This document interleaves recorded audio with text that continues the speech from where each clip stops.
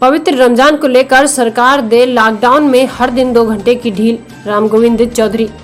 चालक सहित 2 साधुओं की क्रूरतम हत्या को सांप्रदायिक रंग देने की कोशिश से दुनिया में पड़ा है भारत की छवि पर असर। स्वामी कल्पवृक्ष, स्वामी सुशील गिरी, चालक नीलेश तेलगड़े, इंस्पेक्टर सुबोध सिंह, इखलाक, पहलू खान, तरवेज अंसारी आदि सभी मामलों में दोषियों को कड़ी सजा सुनिश्चित कराए। प्रधानमंत्री। लखनऊ। नेता प्रतिपक्ष रामगोविंद चौधरी ने प्रधानमंत्री नरेंद्र मोदी से आग्रह किया है कि वह रमजान के पवित्र महीने को ध्यान में रखते हुए रोजेदारों की नियमित जरूरी खरीदारी के लिए लॉकडाउन में प्रतिदिन कम से कम 2 घंटे की ढील दें और देश में 2 साधुओं सहित हुए क्रूरतम भीड़ हिंसा के सभी मामलों में दोषियों को जल्द से जल्द कड़ी से कड़ी सजा सुनिश्चित करवाएं। गुरुवार को जारी ऑनलाइन प्रेस नोट में रामगोविंद चौधरी ने कहा कि 24 अप्रैल से रमजान का पवित्र महीना शुरू हो रहा है। अपनी आस्था के बल पर रोजेदार इस महीने में पूरे दिन बिना दाना पानी की इबादत करेंगे। इसके लिए उन्हें कुछ जरूरी सामान की जरूरत रोज पड़ती है। लॉकडाउन की वजह से वे अपनी रोज की इस खरीदारी को नहीं कर पाएंगे। रोजेदारों को इबादत करने में दिक्कत ना हो, इसलिए रमजान के दौरान लॉकडाउन में कम से कम 2 घंटे की ढील प्रतिदिन बहुत जरूरी है, जो उन्हें मिलना चाहिए।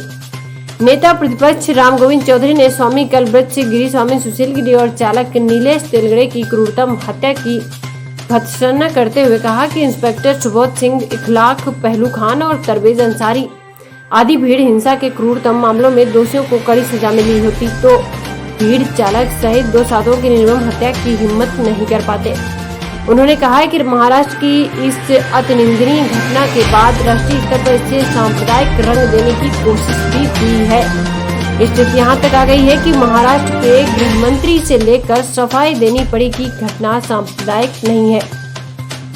नेता प्रतिपक्ष रामगोविंद चौधरी ने कहा कि वर्तमान समय में देश कोरोना के भीषण संकट से गुजर रहा है। इसी सभी लोग मिलकर आपके नेतृत्व में कोरोना को हराने की लड़ाई लड़ रहे हैं। ऐसे समय में महाराष्ट्र की यह निंदनीय घटना और इस घटना को लेकर सांप्रदायिक खेल खेलने की जो कोशिश हुई है, उससे पूरी दुनिया में भारत की छवि पर असर तो पड़ा ही है। देश के भीतर भी यह संदेश गया है कि जिस घटना स्थल के आसपास मुसलमानों की परछाई भी नहीं है, उसमें भी उसका नाम घसीटा जा सकता है और घसीटने वालों का बाल बांका नहीं होगा।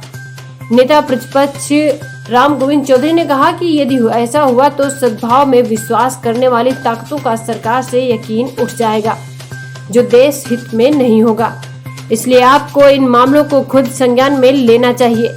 उन्होंने पवित्र रमजान माह में लॉकडाउन में 2 घंटे प्रतिदिन ढील की मांग करते हुए रोजेदारों से भी अपील की है कि वे लॉकडाउन में ढील मिलने की स्थिति में भी लॉकडाउन के नियमों का पालन करते हुए आपस में फिजिकल दूरी बनाए रखें ताकि कोरोना को हराया जा सके। मुख्यमंत्री से ये अनुरोध किया है कि पालघर की घटना जो 2 साधुओं की एक चालक की हत्या हुई, वो बड़ी ही निंदनीय है।